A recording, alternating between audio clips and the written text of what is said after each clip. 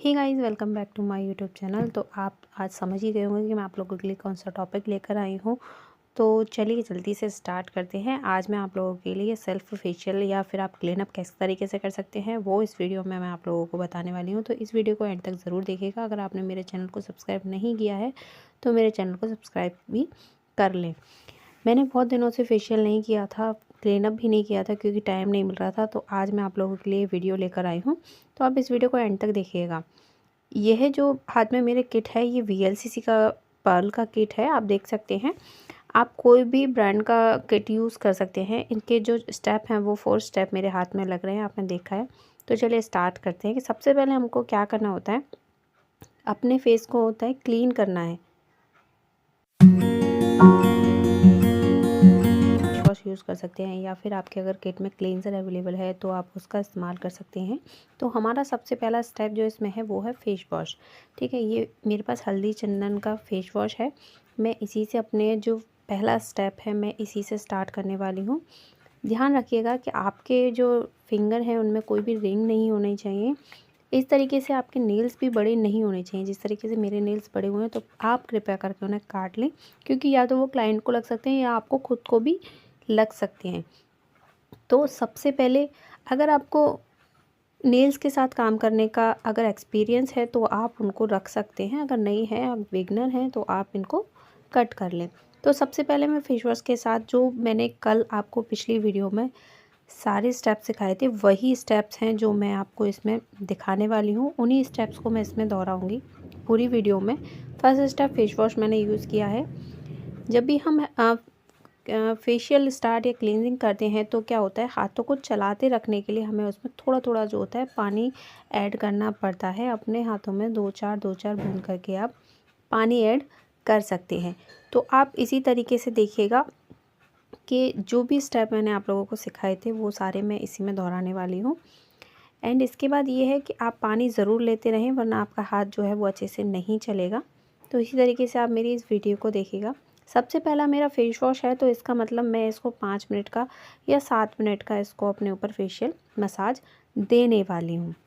इसके बाद आपको हर स्टेप में जो है आपको टाइम का बहुत ही ध्यान रखना है। बाकी जो स्टेप्स हैं वो आपको पूरे दोहराने हैं, स्किप कुछ भी नहीं करना है, क्योंकि आप जितनी अच्छे से मसाज करेंगे आपके चेहरे पर उतना ही अच्छा ग्लो आएगा।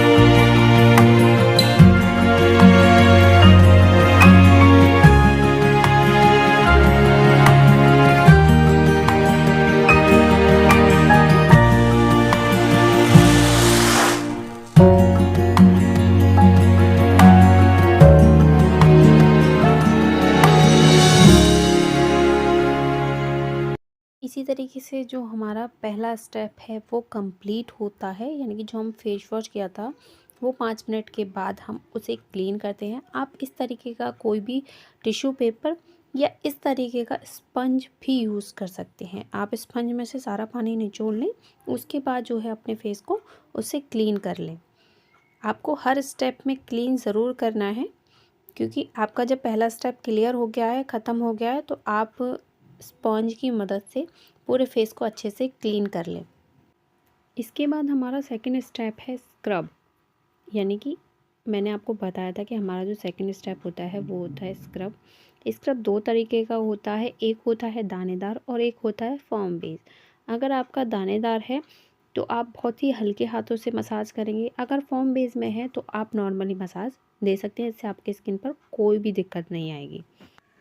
अब इसमें जो मेरा स्क्रब है वो उसमें थोड़ा सा पार्टिकल है, यानी कि दानेदार है, तो मैं उसको बहुत ही सॉफ्ट हैंड्स के साथ अपने फेस पर मसाज देने वाली हूँ। तो आप भी इन बातों का बहुत ही ध्यान रखिएगा, वरना अगर आपकी स्किन सेंसिटिव है या किसी भी प्रकार की कोई भी परेशानी हो रही है तो आपकी स्किन छिल सकती है। इसी तरीके से बस आपको थोड़ी इन बातों का ध्यान रखते हुए इस स्टेप को भी 5 मिनट के तक ही मसाज करनी है। मेरे चेहरे पर थोड़े पिंपल एक्ने हो रखे थे, तो इसीलिए मैंने सिर्फ अपने फेस पर मसाज 5 मिनट दी है। अगर नहीं है तो आप 2 मिनट एक्स्ट्रा कर सकते हैं। इसके बाद सेम वही, इसके बाद जो हमारा थर्ड स्टेप आता है वो आता है क्रीम का। थर्ड स्टेप में हम क्रीम का इस्तेमाल करेंगे। सेम वही प्रोसेस, सारे स्टेप वही हैं। आपको स्टेप बार बार हर स्टेप के साथ दोहराते जाना है, ठीक है। इस बात का बहुत ध्यान रखें। इसके बाद जब अगर आपका हाथ थोड़ा टाइट चलने लगे तो आपको क्या करना है, थोड़ा थोड़ा पानी लेते जाना है। इस बात का विशेष ध्यान रखना है कि अगर आपका हाथ ड्राई होने लगे तो आपको थोड़ा थोड़ा पानी लेते जाना है।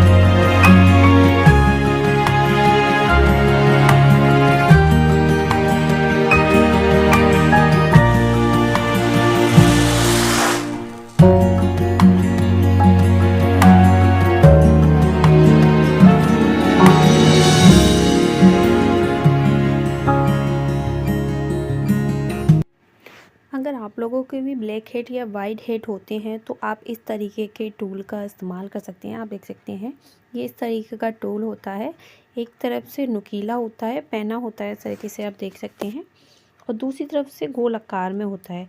जो हमारा गोल आकार होता है ना, इसके लिए एक छोटी सी कॉटन भी आप इस्तेमाल करें। जैसे कि मेरे नोज़ पर आपको दिख रहे हैं छोटे छोटे ब्लैक हेड्स, वाइट हेड हो ज़्यादा होते हैं, तो मैं इस तरीके से जो अपने वाइट हेड्स हैं उनको इस तरीके से रिमूव कर लूँगी। तो आप लोग भी इसी तरीके से अपने जो वाइट या ब्लैक हेड हैं उनको रिमूव कर सकते हैं। कॉटन की मदद से उसे साफ़ कर लीजिए, बहुत आराम से करना है। यह स्टेप जो है वो आपको क्रीम यूज़ करने के बाद ही करना है। स्क्रब करने से क्या होता है, हमारे जो वाइट हेड या ब्लैक हेड्स होते हैं वो थोड़े बाहर की तरफ निकल आते हैं, और क्रीम करने के बाद अगर हम इस स्टेप को करते हैं तो क्या होता है, हमारे जो ब्लैक हेड वाइट हेड होते हैं वो थोड़े से नरम हो जाते हैं, मुलायम हो जाते हैं, जिससे उन्हें निकालने में आसानी होती है। और इसके बाद हमारा फोर्थ स्टेप आता है वो है जेल। किसी किसी किट में जो होता है वो जेल अवेलेबल होता है और हर किसी किट में जेल अवेलेबल नहीं होता है। अगर आपको जेल दिया गया है तो आप उसका इस्तेमाल ज़रूर करें। अगर नहीं भी दिया गया है और आप जेल का इस्तेमाल करना चाहते हैं तो आपके पास कोई भी एलोवेरा जेल या फिर किसी भी कंपनी का जेल अगर आपके पास हो तो आप उसे भी यूज़ कर सकते हैं। सेम वही स्टेप आपको फिर से दोहराने हैं, सारे स्टेप्स को बारी बारी से दोहराना है। जेल के साथ भी वही प्रोसेस करना है पूरा।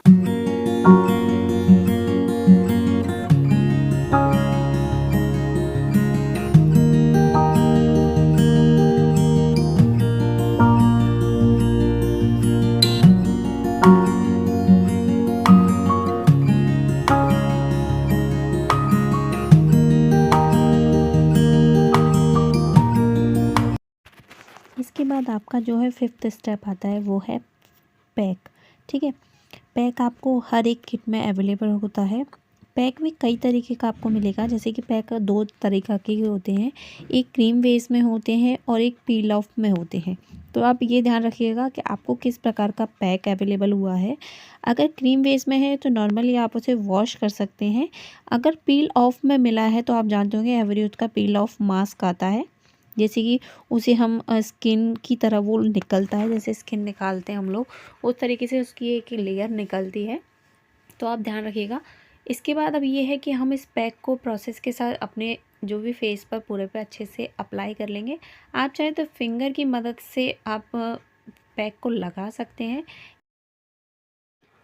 ये जो खीर है वो आपके खाने के लिए नहीं है, इसे अपनी आँखों पर रखेंगे तो आपको उससे ठंडक महसूस होती है। अगर आपके पास खीरें अवेलेबल नहीं है तो आप कॉटन बॉल्स का भी इस्तेमाल कर सकते हैं।